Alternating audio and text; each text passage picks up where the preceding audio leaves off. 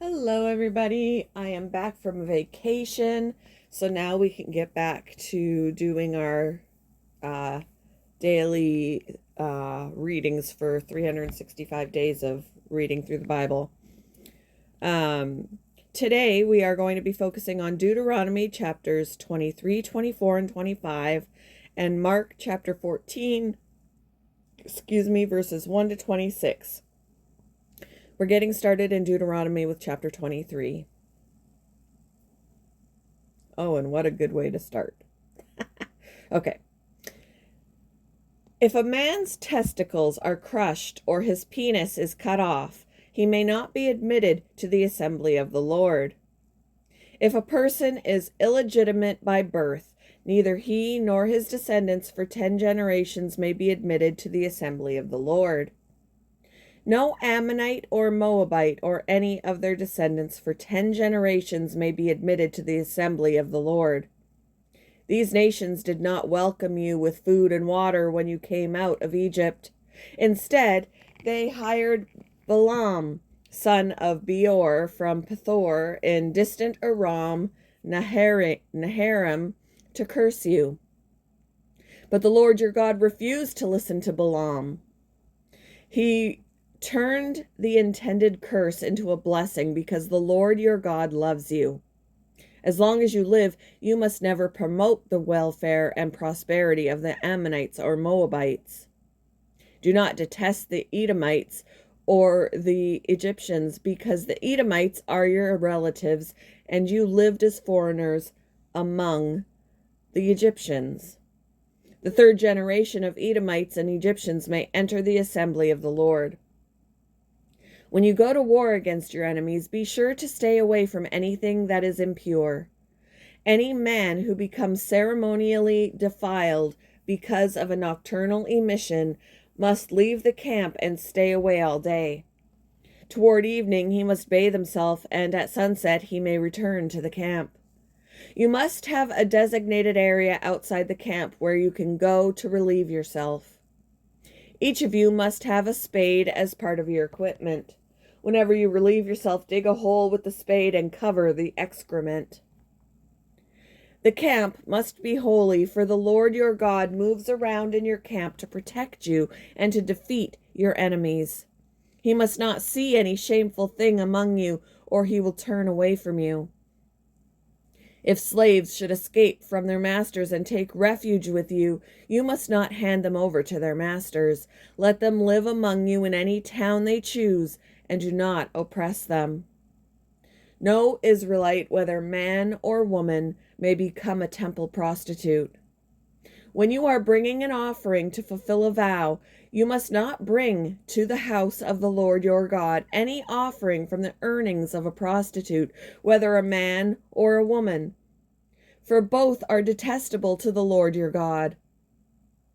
Do not charge interest on the loans you make to a fellow Israelite, whether you loan money or food or anything else. You may charge interest to foreigners, but you may not charge interest to Israelites, so that the Lord your God may bless you in everything you do in the land you are about to enter and occupy. When you make a vow to the Lord your God, be prompt in fulfilling whatever you promised him, for the Lord your God demands that you promptly fulfill all your vows, or you will be guilty of sin.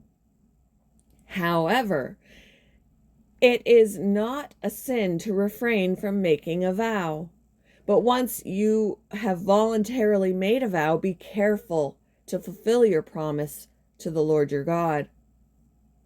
When you enter your neighbor's vineyard, you may eat your fill of grapes, but you must not carry any away in a basket.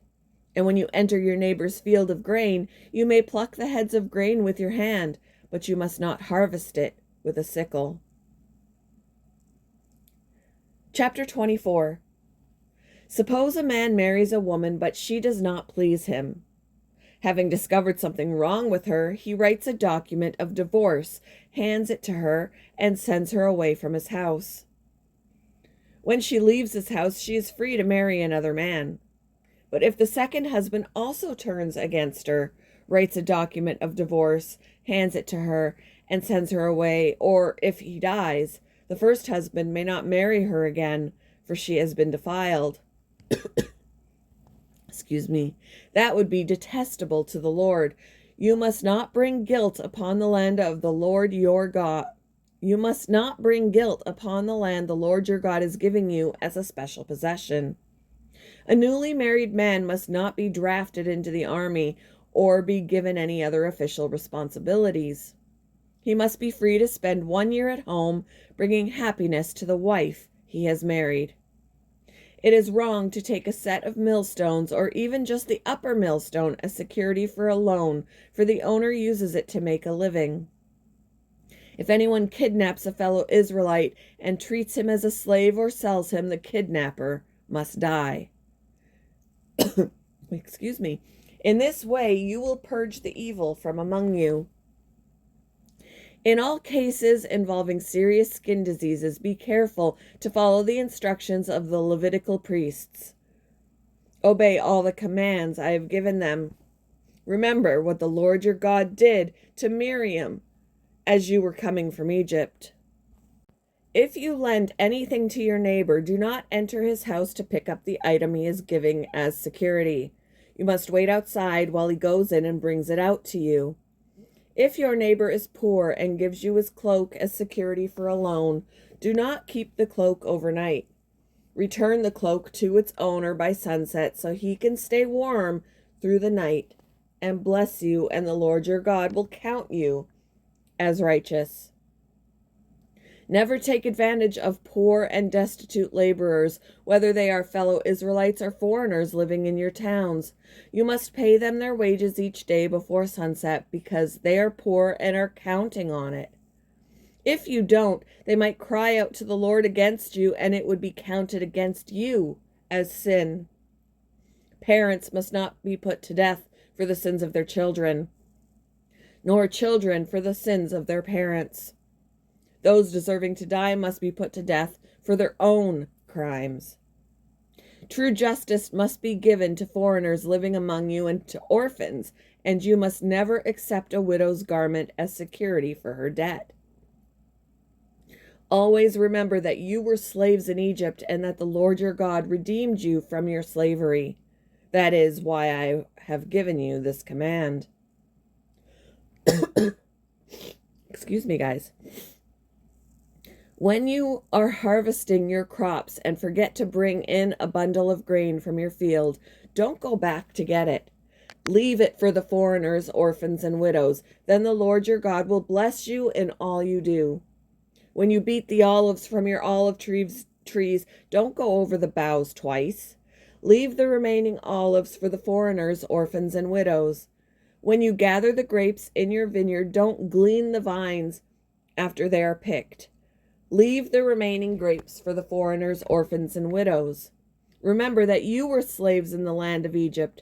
That is why I am giving you this command. Chapter 25. Suppose two people take a dispute to court, and the judges declare that one is right and the other is wrong. If the person in the wrong is sentenced to be flogged, the judge must command him to lie down and be beaten in his presence with the number of lashes appropriate to the crime. But never give more than 40 lashes. More than 40 lashes would publicly humiliate your neighbor. You must not muzzle an ox to keep it from eating as it treads out the grain. If two brothers are living together on the same property and one of them dies without a son, his widow may not be married to anyone from outside the family. Instead, her husband's brother should marry her and have intercourse with her to fulfill the duties of a brother-in-law. The first son she bears to him will be considered the son of the dead brother, so that his name will not be forgotten in Israel. But if the man refuses to marry his brother's widow, she must go to the town gate and say to the elders assembled there, "My husband's brother refuses to preserve his brother's name in Israel. He refuses to fulfill the duties of a brother-in-law by marrying me." The elders of the town will then summon him and talk with him. If he still refuses and says, "I don't want to marry her," the widow must walk over to him in the presence of the elders, pull his sandal from his foot, and spit in his face. Then she must declare, "This is what happens to a man who refuses to provide his brother with children." Ever afterward in Israel, his family will be referred to as the family of the man whose sandal was pulled off.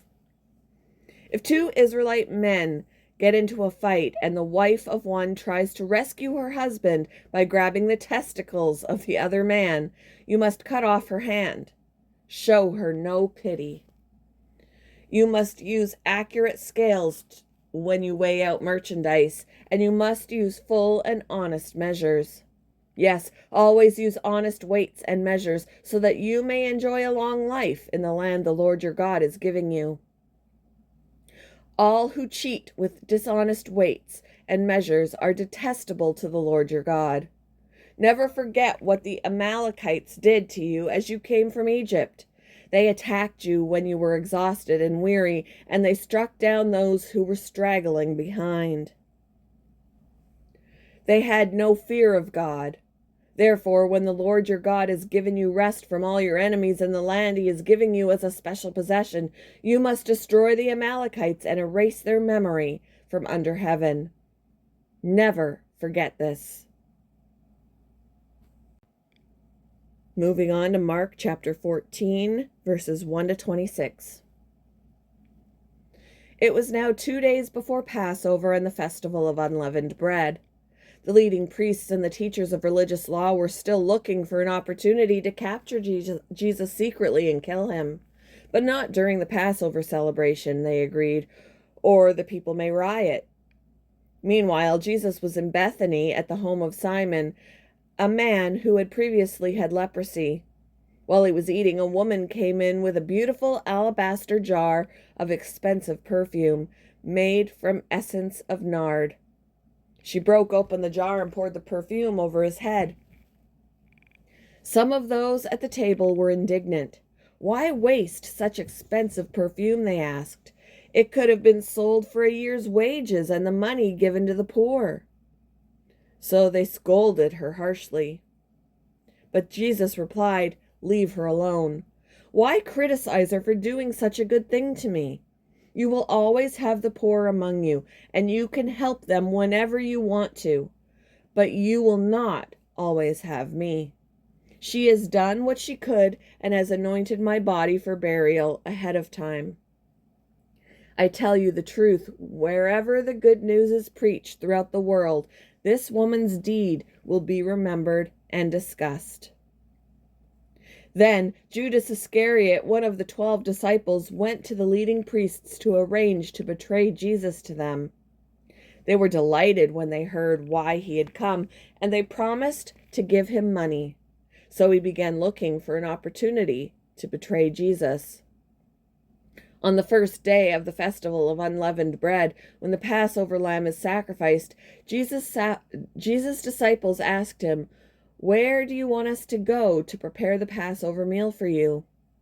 So Jesus sent 2 of them into Jerusalem with these instructions. "As you go into the city, a man carrying a pitcher of water will meet you. Follow him. At the house he enters, say to the owner, 'The teacher asks, where is the guest room? Where is the guest room where I can eat the Passover meal with my disciples?' He will take you upstairs to a large room that is already set up. That is where you should prepare your meal." So the 2 disciples went into the city and found everything just as Jesus had said, and they prepared the Passover meal there. In the evening, Jesus arrived with the 12. As they were at the table eating, Jesus said, "I tell you the truth. One of you eating with me here will betray me." Greatly distressed, each one asked in turn, "Am I the one?" He replied, "It is one of you 12 who is eating from this bowl with me. For the Son of Man must die, as the Scriptures declared long ago, but how terrible it will be for the one who betrays him. It will be far better for that man if he had never been born." As they were eating, Jesus took some bread and blessed it. Then he broke it in pieces and gave it to the disciples, saying, "Take it, for this is my body." And he took a cup of wine and gave thanks to God for it. He gave it to them, and they all drank from it. And he said to them, "This is my blood, which confirms the covenant between God and his people. It is poured out as a sacrifice for many. I tell you the truth, I will not drink wine again until the day I drink it new in the kingdom of God." Then they sang a hymn and went out to the Mount of Olives. Thank you for joining me for today's reading through the Bible in 365. I hope you all have a wonderful Monday, and I will see you in the next one, guys. Bye.